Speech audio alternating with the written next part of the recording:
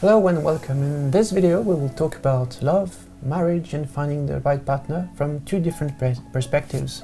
Mine, who is the one of someone from Polish parents who embraced Islam and moved later on to the UK, and your perspective is of someone who's British Pakistani and grew up in the UK. So people can learn from our mistakes and challenges and perhaps not fall into the same traps. When you were younger, what did you believe was love? I always thought it would be something like, when you have like this mad infatuation with someone and you're like always happy and you're like obsessed with each other.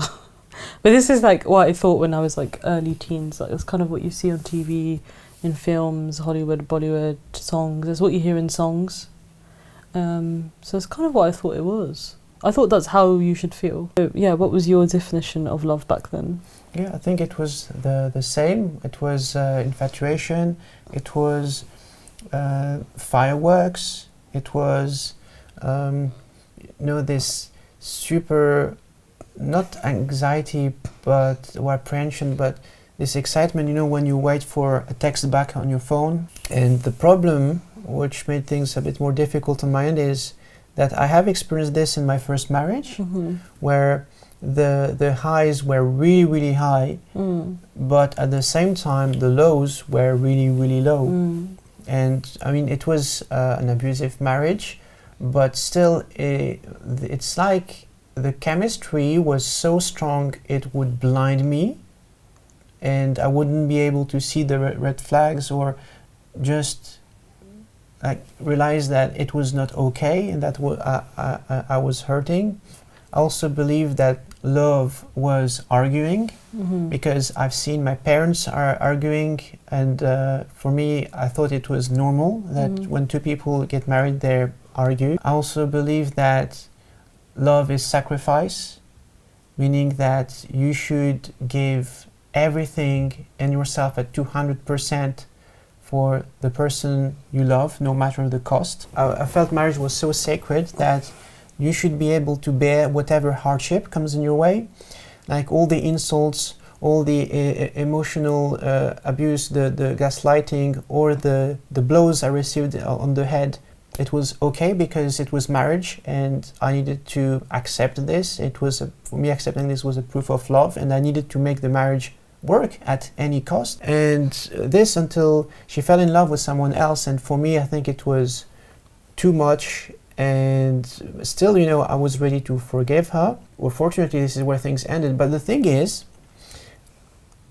now I'm older, I realize that I should have drawn some stricter boundaries back then, and because I was blinded by this infatuation, by this love, I just couldn't say no, you're hurting me, or no, stop, can we do things differently, or just suggest things like just talk or go see like a therapist, because it's all I believe issues from our past, from her childhood or whatever, and ultimately there are things we need to work on.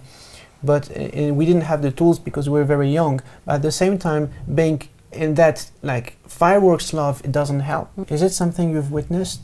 Yeah, I've seen other people in relationships which are like really explosive, and they kind of look like, yeah, they've got great chemistry, but they argue loads, but it doesn't matter, they love each other, but they soon implode, those kind of relationships. And they look like a roller coaster of emotions. They don't ever seem extremely stable. They don't seem nourishing. They just seem like a ride. And I'm not really sure that's what marriage is supposed to be like.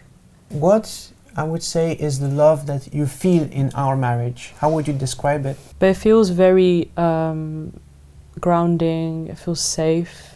It feels calm. It feels like coming home. It feels like an enduring thing. And it feels like something which is nourishing, where it's a kind of like expansive love, and like where each person has the ability to be themselves and grow and raise their contentions and concerns. Also express when things are difficult, and it feels very safe because of that. But it doesn't feel like a roller coaster. And I'm glad about that. I don't want my life to feel like one big drama.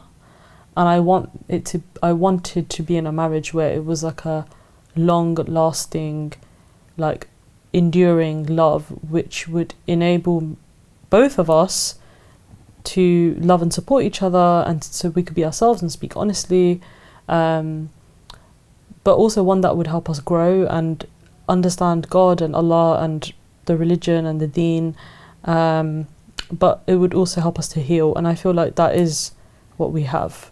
And that's not to say that we live in a perfect utopia marriage. Of course there's times we might disagree. Of course there's things that maybe we might find difficult about one another. What about yourself? I feel that our marriage is, of course I'm comparing it to what I've known before, so compared to that it's very peaceful. It is not quiet because sometimes it's very exciting doing things together. It is, if I feel safe. I remember because my first marriage was abusive, I would be in a place where I would be very scared to come home because it would mean, after work, it would mean like arguments, it would mean hitting. Here I feel safe. I'm happy to come home and I'm looking forward to it actually. Me too, yeah, me too. In my previous marriage, I wouldn't have the space to discuss things, in the sense that we, like any difference of opinions, like she would be always right, she couldn't admit being wrong. And this, I understand because of childhood, maybe, or like past traumas, but it's just not healthy.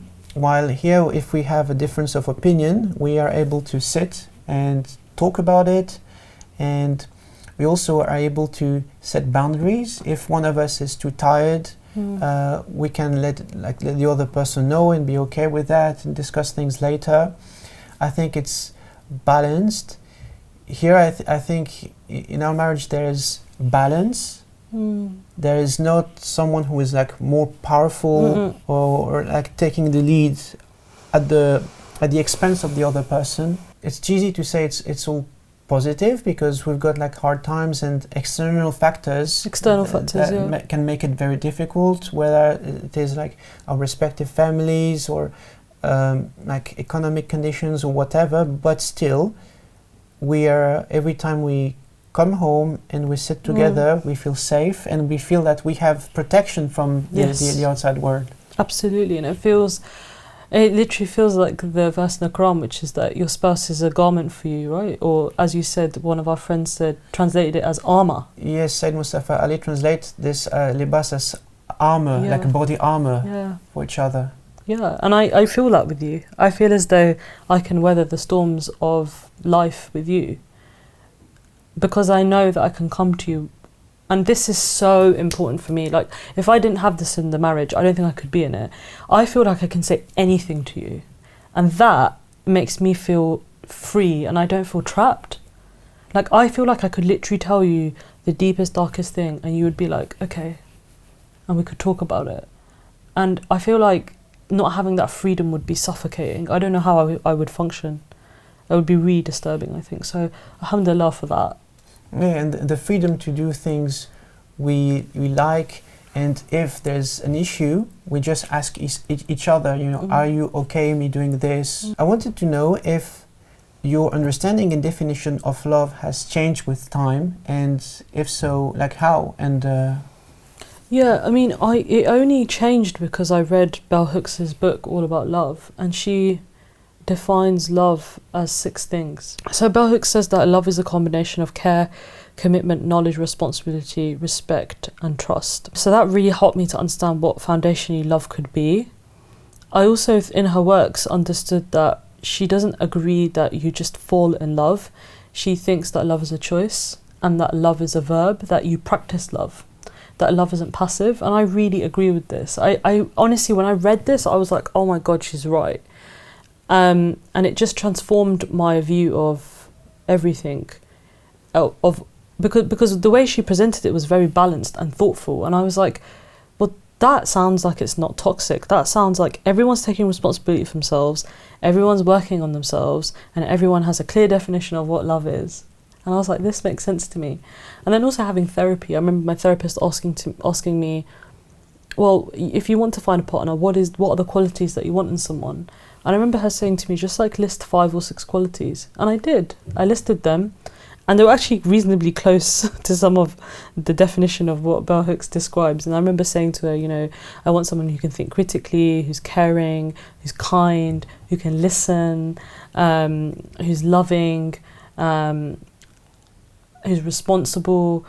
And she was like, okay, that's good. And, you know, she was like, well, when you look for a partner, make sure those are the things that you look for. And it was really easy when I met you, because I was like, oh, that aligns with what I want. Will aligns with what I want. My understanding of love and the definition of love that I understand it to be aligns with what I see in Will. And I don't know, I just felt like I had a real moment of clarity when I met you. I was like, oh, okay. I was like, this completely makes sense. And I don't know if that's like a very unromantic, I don't know, romance is just a construct, but I don't even know if that's a lovely way of describing it, but that's genuinely how it felt. It felt like when things just line up. Reading Bell Hooks really changed my understanding of love, because it's never taught anywhere. Like, we don't learn this at school, at university, at the mosque, at the madrasa, wherever, that love is an action verb. And as you mentioned, as she says, we can't fall in love, because I think falling in love is basically this kind of infatuation she talks about. But true love is an action verb, it's a choice, it's something that requires to be worked on. And we've experienced this in now 5 years, almost 6 years of marriage, that this is something that requires love. This is not something that it happens once like a spark and then just forever, right? What I will say, I agree with that, is though what is unexplainable, and I feel this is from Allah, is that there is a kind of connection between two people which is unexplainable. Because I could have met you, Will, and you could have rationally fit my criteria. It wasn't really a criteria, the qualities I wanted. And rationally I could have known, yes, this definition of love. But I felt like an affection for you that I can't explain. But that wasn't infatuation. It was almost like an affection and almost like a safety and a knowing. And I feel like that's from Allah, right? Because in the realm of souls, we all roamed with one another. And maybe we knew one another, right? So there was a kind of, I can't explain that part of it. And I do feel there's a spiritual element to that, of course. I mean, what do you think of that? Yeah, I've experienced this with even friends, you know, when you meet someone for the first time and you felt that you've known them for a very, very long time. Exactly. And these are things that happen, affinities that create for reasons I cannot necessarily explain. And like science may say, you know, it's chemical. It can be chemical. It can be you know, also like cultural, like social. But I don't think science is close and near to finding an explanation. And there must be something else. But there's also attraction, right? Like if I wasn't attracted to you, and I didn't have an affinity to you, and I didn't feel good with you, even if you aligned with all of these things, I wouldn't have, right? And we have to be honest about that. What do you think? I had in the past expectations based on my previous experiences, because I didn't know what should an ideal partner look like. This to say, there's no ideal partner, but you know, we all have these expectations, and I think my idea of a partner was much influenced by culture. You know, how is the whole society gearing us towards accepting specific criteria, whether it's, you know, it is social status, education, beauty standards, physical appearance, personality, and so on and so on. And I think it took me some time to deconstruct all of these. You mentioned like it very briefly. What criteria did you have before finding me? I really only spoke with my therapist and spoke about qualities. But I think when I was younger, maybe I would have thought that I would go for someone who was quite hyper masculine and overly confident, because I thought that was what you were supposed to go for as a woman. But the more and more I thought about it, I was like, I find men who are really dominating so grotesquely, like, I find the energy grotesque. I know it's a strong word. I find it really difficult to be in rooms with men who are just domineering and take over, and I'm really inconsiderate. And I just thought to myself, there is no way I can live with someone like that. It would just annoy me 24 hours a day. And so I think as I got older, I had to ask myself questions around, like, of course I talked about the qualities, but actually what kind of masculinity do I feel comfortable with? And actually, well, my dad, and it's interesting, like, my therapist was like, your first role model of masculinity is usually the one that you're most comfortable with. My dad is very gentle. And maybe that's where maybe that's why I find a kind of non-gentle type of masculinity, I find it very hard to feel safe around. I just can't deal with it. And I know that about myself. And I don't know if I knew that when I was younger, but as I got older, I was like, right, I know that it has to be with someone who has these qualities that I described before, but who's also really gentle and understanding. So what were your criteria you set when you were looking for marriage? I think it's a long journey. I think before meeting you, I was set to find someone who would tick only three boxes. Someone who is, first of all, compassionate, has critical thinking, and has commitment. This is something we talked in a previous video, but compassion to understand that we all have our own journeys, and I will make mistakes because I'm not perfect. It's all about understanding where it comes from, and critical thinking is realizing that, again, we're not perfect and we're not always right, and if a situation, something bad happens, it can be our fault, and it's about questioning if we could be at fault somewhere before, like, shifting the blame on someone else. And the third thing, commitment, which is about just commit to work on this relationship, because if we want it, if we believe that we're right for each other, then we know that there's going to be ups and downs, there's going to be challenges on the way. What do we do to make things work? Because, again, as Bell Hooks said, love is an action verb.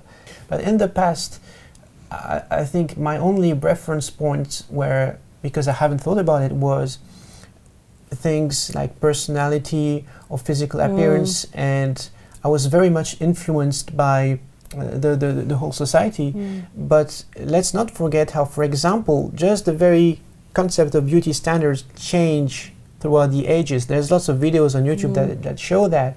And again, even with personality, these are things that are constructed by society and by culture. That we are taught as men to look for women who are submissive, quiet, hyper feminine, who appear vulnerable.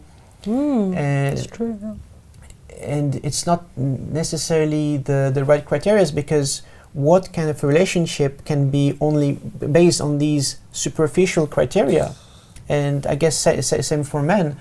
These are very superficial and aesthetic criteria, rather than how does it, like, what qualities do we have to make the relationship work?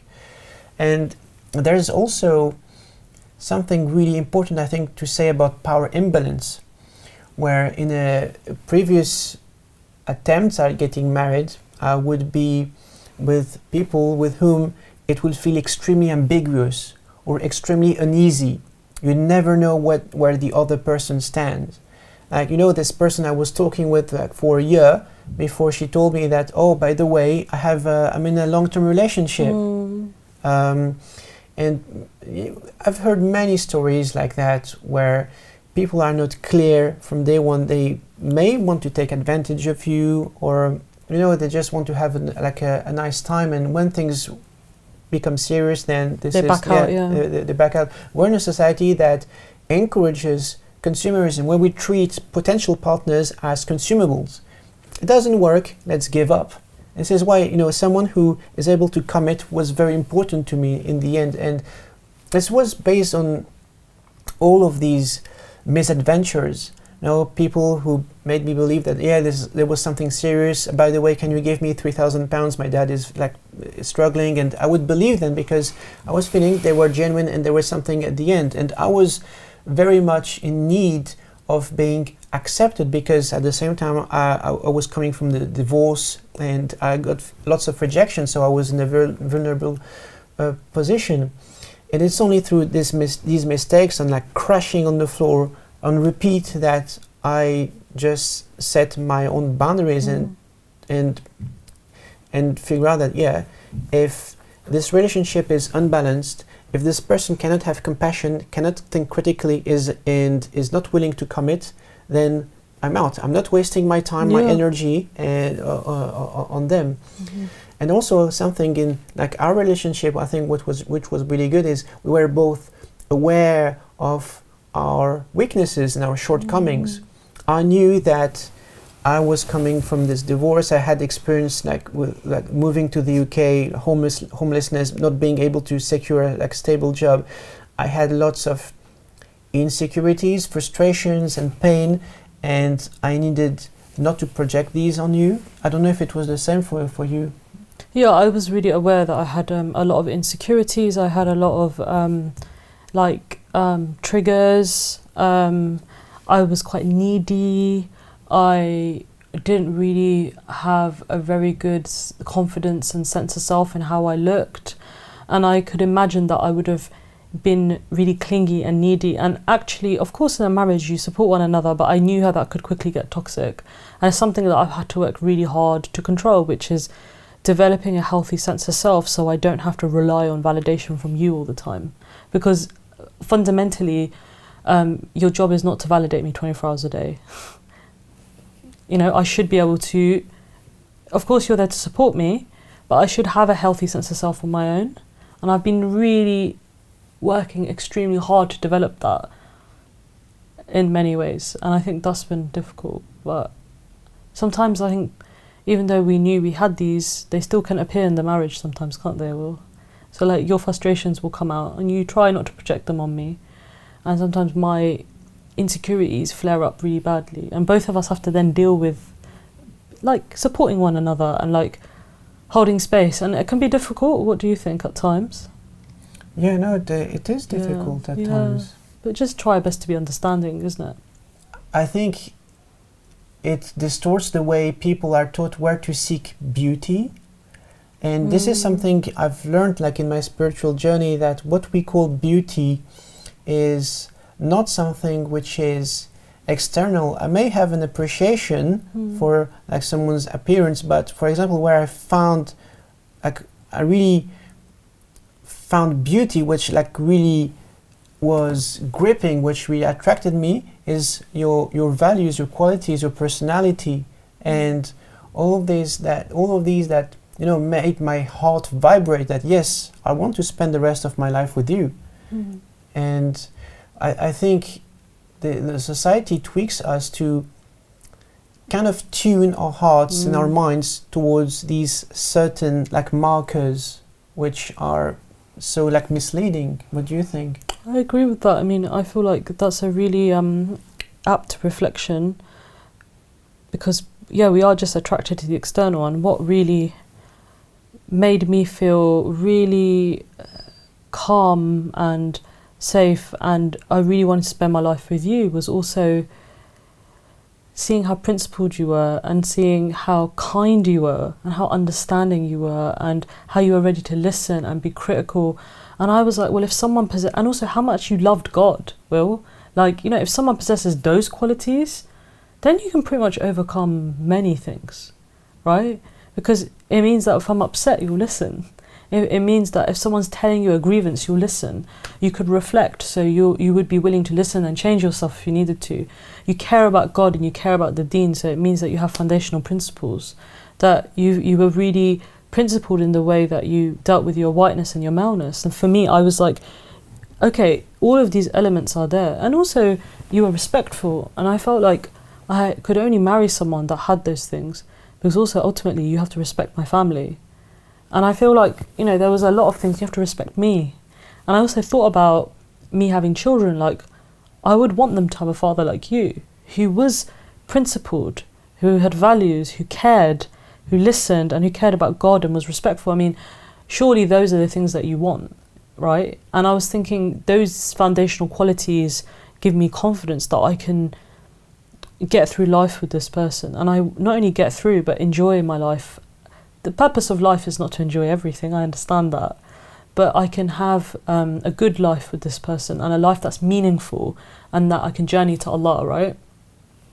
And that I felt was really important to me. Because of course, you know, I thought you were attractive and I thought you were lovely, but if you didn't have these things, it wouldn't have been enough for me. So I think those were really important. Was there a time where you had expectations and you realized that you accepted uncritically? For example, you know, social status, or I've heard that, you know, friends being rejected because the in-laws didn't want to marry someone who is from a different caste, or you know, even with Arabs from a different tribe. I mean, I think the only thing I accepted uncritically was that I thought I'd marry someone hyper-masculine.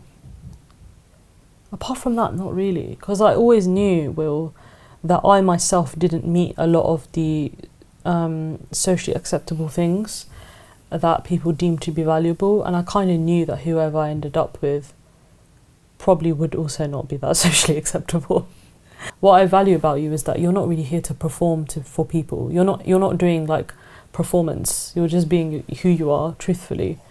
I think that's a little hard to take sometimes for people, because I think everyone wants everyone around them to participate in a performance of gender. I think people want others to participate in a performance of validation and socially accepted ways of communicating. So one major takeaway would be to, I would say, unlearn and relearn the concept of love and seeking beauty in people, which can be expressed in ways which are not like performative, be authentic. Yes. And also understand that, like, when you're looking for someone or when you're in a marriage, a big way to oppress someone is to not allow them to be themselves. And it is unacceptable. It is completely unacceptable for me to expect you to change yourself fundamentally. And I can give you feedback you can give me feedback, right? We can say to each other, like, look, Jav, I think you could have approached that situation differently. And I could say to you, Will, look, I really, you know, that's not the same. But to say, Will, you should just like be the loudest in the room, or you should completely change the way you are, that's not acceptable. And I just feel like we have to allow people to be their full selves. Otherwise, you're going to end up oppressing and hurting the other person. Yes, I think it's a very important point. Again, when it comes to when we do things that may displease each other, even if it comes to how do we approach a relationship with God. Not everyone is on the same thing, and I know that some friends, for example, would expect to marry someone who straight away prays like 5 times a day and so on, while everyone is in a journey. But it would be like unreasonable for me or you to tell each other, no, you should pray 5 times a day because I want like someone who prays 5 times a day. It's or even, you know, even if it's I would say superficial things that we may dislike, whether it's the way of speaking, being in the room, behaving, or I've heard, you know, like some couples arguing about like makeup or these kind of things. We don't do that. It's never come up. I think it's fine to have your certain like ideals, and certain expectations in a way. But I think it's healthy to have a discussion, but it's wrong to impose them on someone or expecting that they will straight away. Because no one ever does something because someone told them they should. I've never seen a human being change because someone's gone, you should do that. That's not really effective. And also, it's almost like we always want people to come to whatever position that is good for them themselves. But I can only be here in an advisory and feedback capacity. What do you think? Yeah. That's it. I'm not going to sit here and say, you should or you should not. We're here to consult each other. Consult each other, advise each other, give feedback, right? and be like, you know what, I really think you could have done that differently, or that upset me, or actually I don't think that's good for you what you're doing. But you have to take the decision and the action. If you told me that I should get up for Fajr every day on time, I'm not going to do it because you told me to do it. I'm going to do it because I want to do it for Allah. And I think that's like important to understand. And also when it comes to religion, something which is super obvious, but marrying someone who is extremely practicing the rituals doesn't guarantee it's going to be a good person. It doesn't at all, no. Yeah. And I just feel like there has to be a level of understanding and space for one another to go on the journey. I think what is important is that the person is trying to journey towards betterment. Because if they're not trying to... I think what would frustrate me, if I'm honest, was if I felt like there was no appetite to want to know Allah, to be better, to want to try and improve on one's self. That would frustrate me. But because I know we both have that in each other, don't we? Well, you have that within yourself, don't you? And I have that within myself. I don't really feel like I need to sit around telling you what to do because you know yourself. And I think if I had married someone who had zero appetite or zero drive to want to improve themselves, I think that would be really annoying for me. I think I would find that really upsetting because I would be like, if we don't work on ourselves, I don't know how we're going to do this together. I think that's what would concern me. But I don't know about you, would that be a concern for you? If I had no willingness to ever want to work on myself in any way? I think it would have been a problem, but again, it's not everyone is the same. For some people, they would be okay with that. Yeah. It's subjective, but this is a quality that I admire. Me too. That I'm with someone who is willing to improve. My parents were fine. When I told them about you, my dad was a bit silent, but he was all right. And my mum was just fine. She was like completely happy to meet you. And yeah, it was pretty smooth. And then your mum came from France. I met my parents and they got along. We wanted a small wedding, but my parents wanted a big wedding so they could invite the Pakistani community. And both of us understood that. Like not necessarily something we wanted, but I understood that it's important to them and I wanted to support what they wanted and we just did it for the sake of Allah and just got on with it. And the wedding day was lovely, actually. I mean, it was nice. Like nothing was bad, nothing went wrong. It was a nice atmosphere. Probably if we had control, it's not the way we would have done it, but I was a little bit apprehensive to meet your family only because I was like, how racist are they going to be? Are they racist? Are they Islamophobic? Your dad was really nice. Your mum was really nice. Your sister was nice. Met your cousin. Everyone was pleasant. I had no complaints. It's better to start our married life with being merciful and create the least disturbance. And there's a hadith actually, True. That the best of weddings are those with the least expenses and the least disturbances. Well, we couldn't do with the least expenses as we wanted, but at least there was no disturbance. We made sure that we didn't upset your parents. And no one was arguing. Like I actually felt like me in the last 10 months of me being at home and we were planning the wedding. Smooth. Everyone was there was actually a happy atmosphere. And that's what I wanted, Will. I always wanted to look back and be like, my parents were happy that I was moving on. And my mum wanted to get a marquee in the garden and do a dolgi. And I knew it was like all silly expenses. And she wanted to do a huge mendi. Will, they were so happy. And for me, it's barakah. And I was like, you know what, go for it. And I think on my end, I was scared because my mom, obviously because of my first, my ex-wife she already had a very bad idea of Muslims.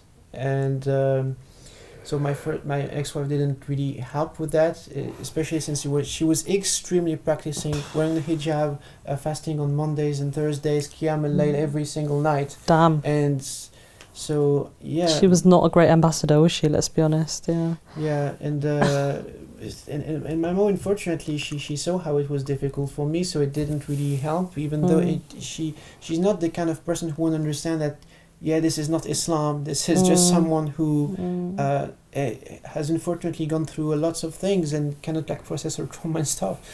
But I think it was a miracle from Allah that my mom was really happy meeting you and your family.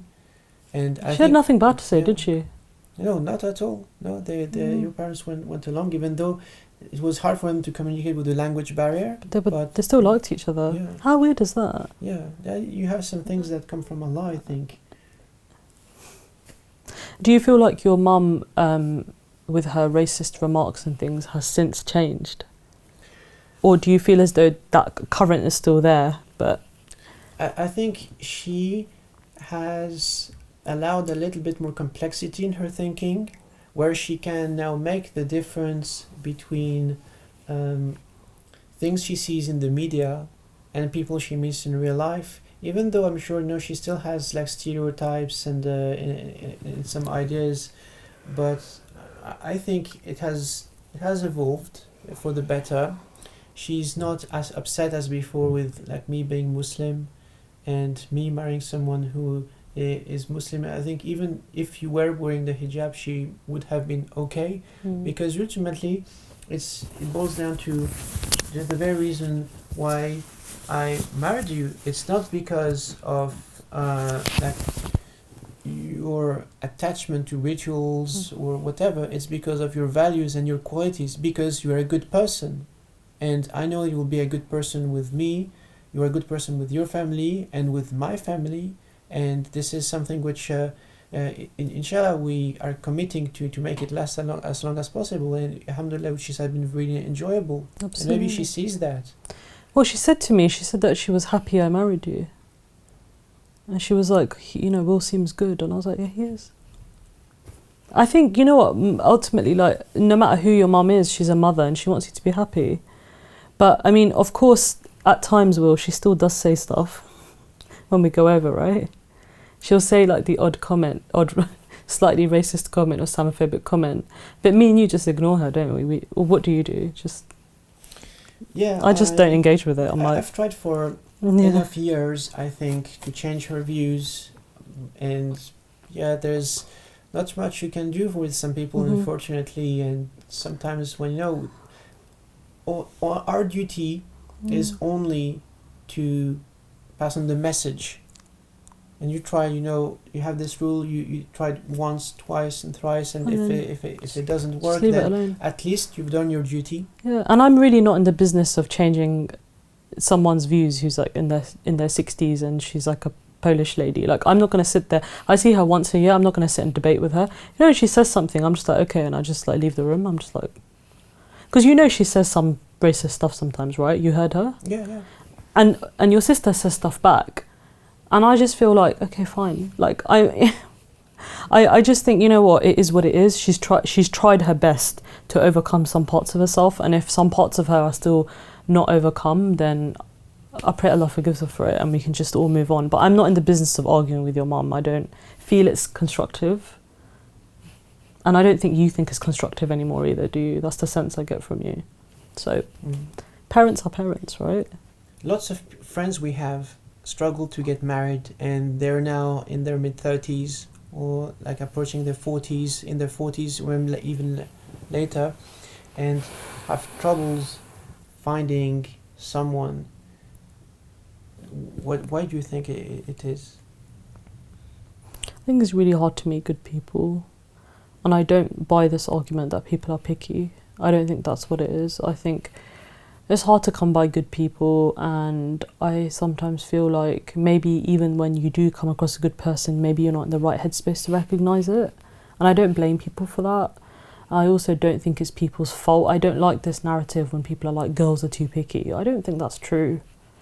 I just think it's really difficult to get married, and I do think there are some people who maybe have unrealistic expectations and maybe focusing not on the outward. You should obviously be attracted to the person, but not overly focusing on the outward, but more focusing on qualities is probably where you're going to get a more in-depth understanding of who you'll connect with. But I don't know, I think it's very complicated, and I feel like it's really... I also wonder if it's the effect of things like neoliberalism and capitalism just making every interaction feel disposable and consumable and not worth anything. And I don't know if that has made people treat each other worse. I don't think things like Tinder help. I don't think these apps really help. You know, the Muslim apps as well. It's like swiping. It's like, I don't know. I know people who've gotten married off them. I'm not saying they're bad, but I'm saying I don't know if this consumable idea of, and this like discarding view of love is really useful. Why can't people get married in this day and age? What do you think the issue is? And what advice would we give them? I wish I had the theory for that in a sociological explanation, but there's better researchers than me who actually work on the topic, specifically on this issue. And so I don't have an explanation, because I as well believe that it's very, very complex. And for someone who has attempted a lot and has been rejected for all sorts of reasons, and first of all, you know, I try to ask myself, does it come from me? Am I maybe not good enough for marriage? Do I need to work on some things? Because it can be the case, you know, maybe something in my personality or my way of thinking can put people off. It can happen.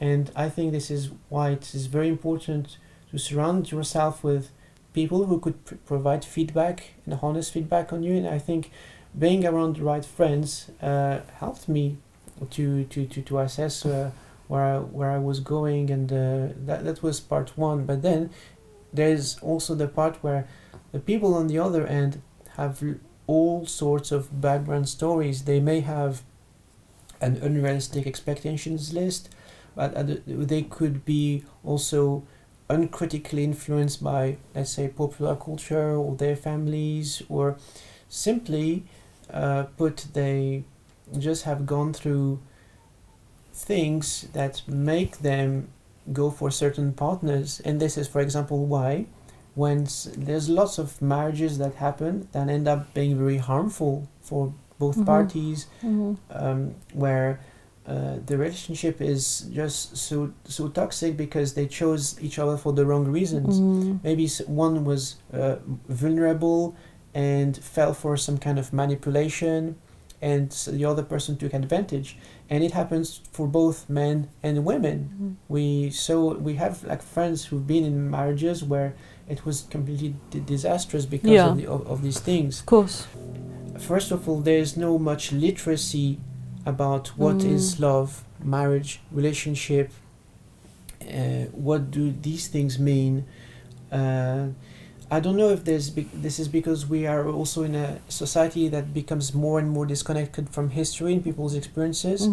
For example, I saw my parents arguing a lot, but I was never fully aware of why, what was going on. I may guess, you know, it's maybe because of money, it can be because of other things, but my parents never took the time to just sit with me and tell them about their own experience of marriage, give me just any piece of advice.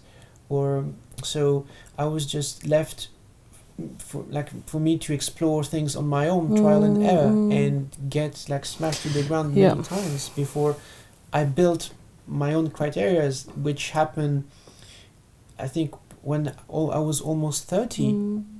And I wish I had these earlier. I think people are not generally equipped.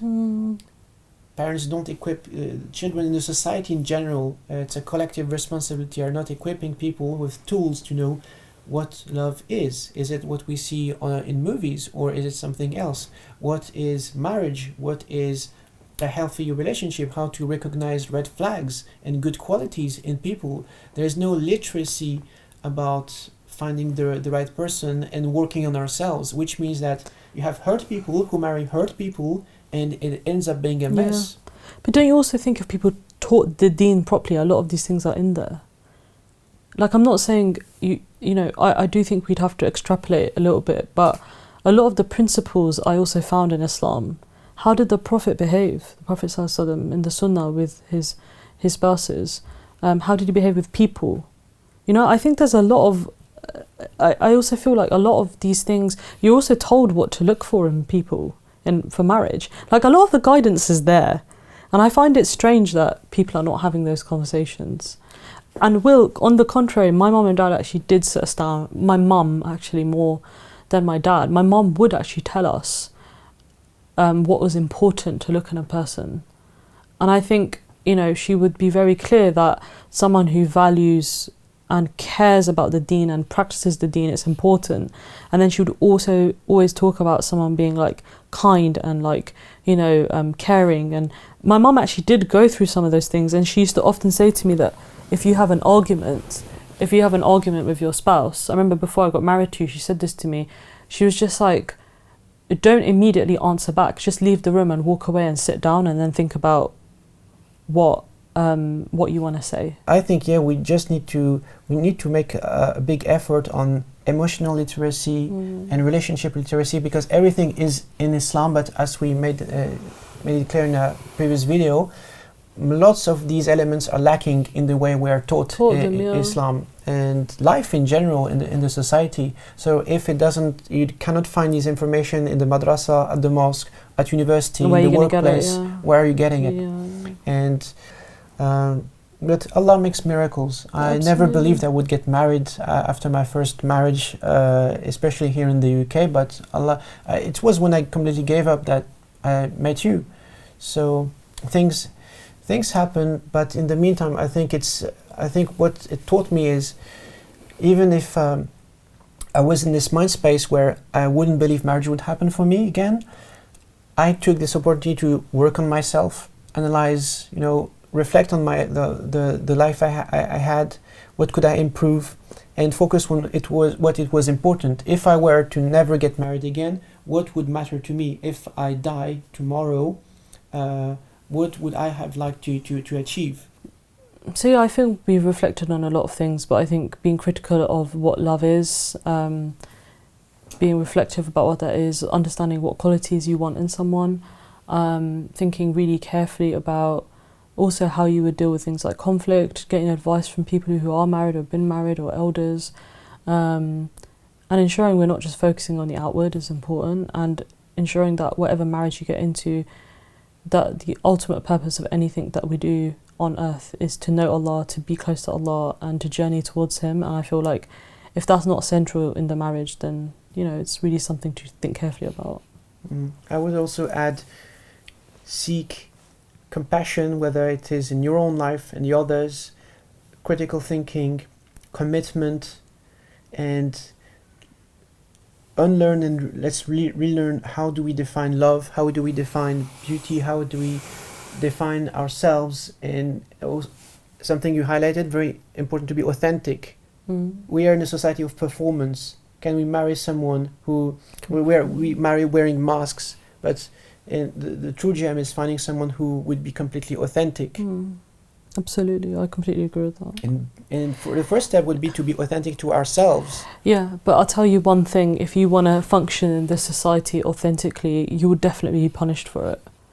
It's hard. The society does not reward that. And I also feel like, because authenticity is basically a type of truth, it's a very like anti-truth society. I feel like it's very much like we will have to like, you know, act like we are the best and have the best house and the best car.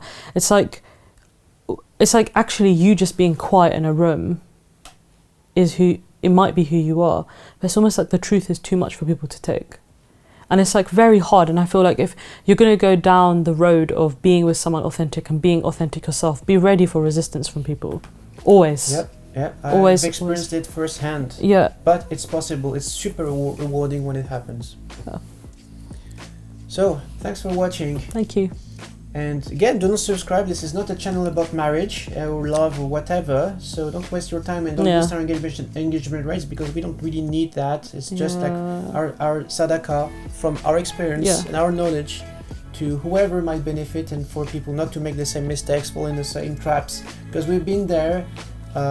So just take care of each other, take care of yourselves as well, and till next time. Assalamu alaikum.